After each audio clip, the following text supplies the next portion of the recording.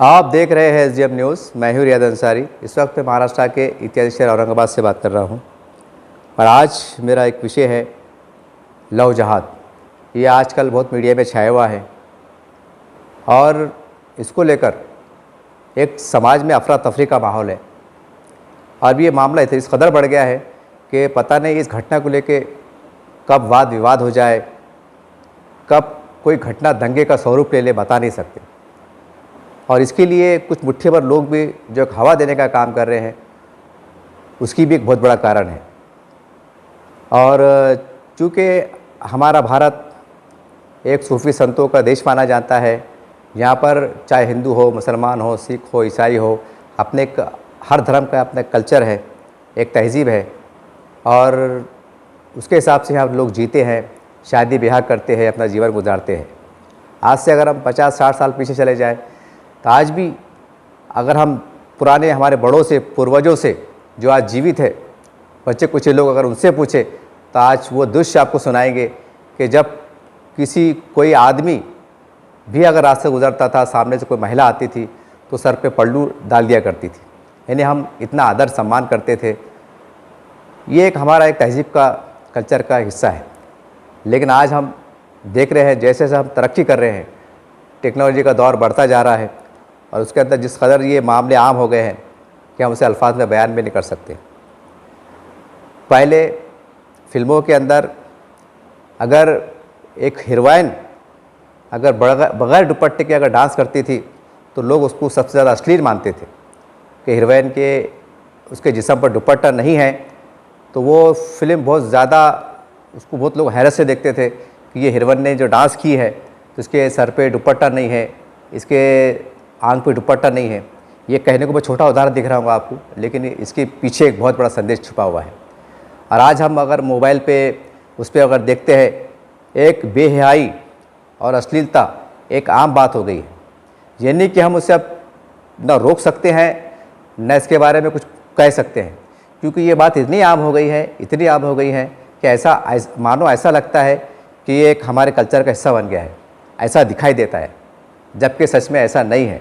अब सवाल ये है कि जब मोबाइल के ऊपर इतनी अश्लीलता और बेहयाई की तमाम बातें, फिल्में, फ़ोटोज़ अगर वायरल होगी, दिखेंगी, तो यकीनी तौर से जो 20 साल के, 25 साल के जो यंग लड़की है, ये लड़के हैं, यकीनी तौर से उनका दिमाग भटकेगा, यकीनी तौर से उनका दिमाग भटकेगा। यही कारण है कि आज हम मीडिया के माध्यम से देखते हैं कि देश के अलग अलग भागों में, प्रकार में कई बलात्कार की घटना घटती है, कई रेप की घटना घटती है, कई किसी को किडनैप कर लिया जाता है और ये सारी बातें अलग अलग स्वरूप में चलती रहती है।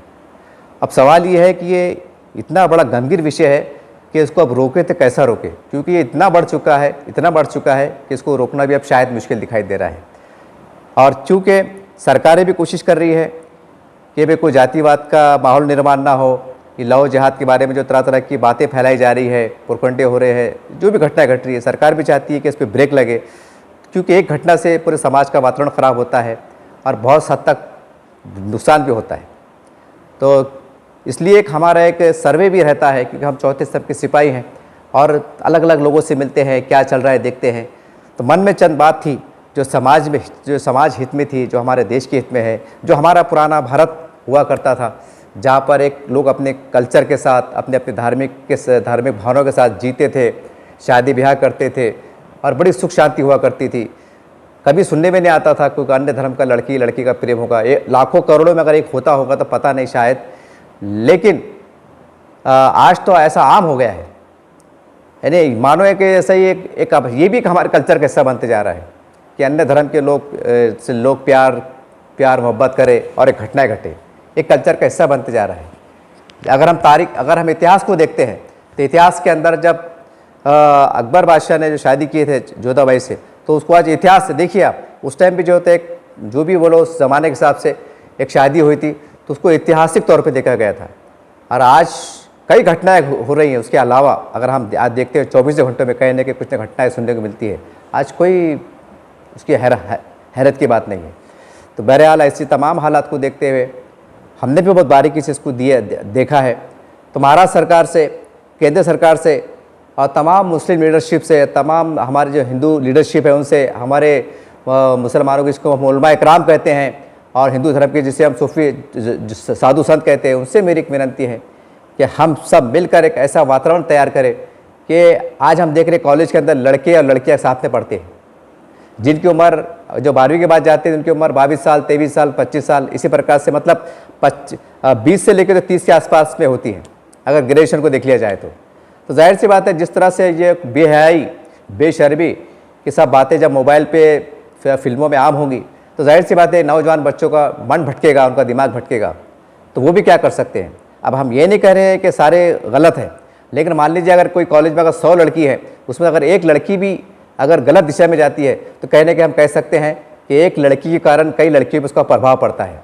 और वैसे एक पुरानी कहावत भी है कि एक गंदी मछली पूरे तालाब को गंदा करती है, ये कहावत है। अब कहाँ तक सही है ये आपके ऊपर निर्भर है।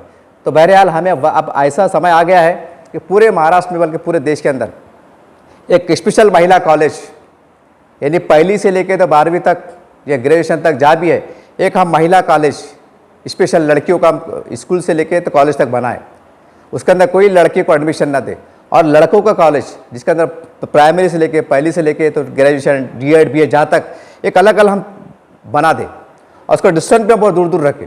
यानी अगर एक महिला कॉलेज मान लीजिए अगर कोई इलाके में है तो जो जेंट्स का जो कॉलेज होता है लड़कों का, तो कम से कम 10 किलोमीटर भीतर दूर होना चाहिए, नज़दीक भी नहीं होना चाहिए। तो होगा क्या कि भाई अगर बाजू बाजू बिल्डिंगें रही तो फिर रोड पे आके फिर वो जैसे नज़ारे देखने को मिलते हैं आप देख रहे हैं, अगर आप मतलब कि क्या कहूँ, आप खुद देख लीजिए रोड पे क्या चलता है।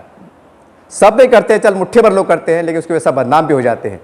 तो बहरहाल ये समय की ज़रूरत है कि आज यकीनी तौर से ये नारा लगता है कि वे नारी में और पुरुषों में कोई अंतर नहीं है, और खांधे से खांधा मिला के आज नारी हर क्षेत्र में अपना योगदान दे रही है, ये अलग बात है। लेकिन हमें जो तमाम बड़े हैं यानी कि जो माता पिता हैं उनको समझना पड़ेगा कि जो माता पिता होते हैं उनकी उम्र होती है 55 साल, 40 साल, 45 साल, तो उनको एक समझ बूझ रहती है अपने धर्म के प्रति कि हम कौन से धर्म से हैं, हमें अपने धर्म का कितना फॉलो करना चाहिए, हमारे धर्म का अपमान सम्मान किसे कहते हैं, उनको एक समझ बूझ रहती है। लेकिन जो नौजवान लड़के लड़कियां होती हैं उनको समझता नहीं है, और वो एक अंधे हो जाते हैं प्यार मोहब्बत में। अरे क्यों होते हैं? जब नज़दीकियाँ बढ़ेंगी, सारी बात होंगी, तो ये मामला हाथ से कटेंगे।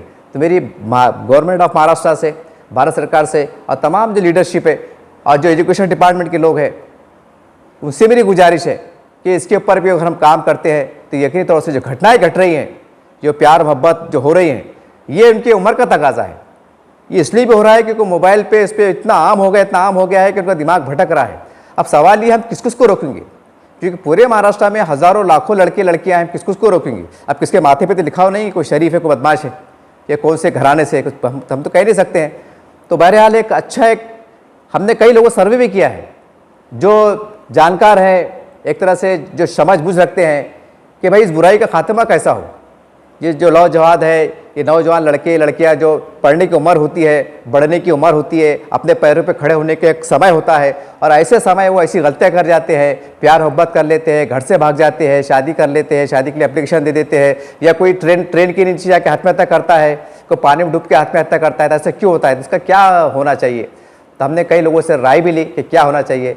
तो बहरहाल एक बात निकल के आई है कि अगर हम इतना भी करने में कामयाब हो जाते हैं कि पहली से लेकर यानी प्राइमरी से लेकर तो हाई एजुकेशन तक तमाम लड़कियां पूरे एक साइड में चले, उनको पढ़ाने वाले भी ज़्यादातर अधिकतर हमारी महिलाएं हो, अगर पुरुष भी हो तो उनकी उम्र इतनी हो कि जो 40-50 के ऊपर हो, और क्योंकि वो सही तरीके से जो तो हालत को जो समझा सके, ये ज़रूरी है। और लड़कों का भी अलग कर दिया, चाहे इंग्लिश मीडियम हो, मराठी मीडियम हो, उर्दू मीडियम हो।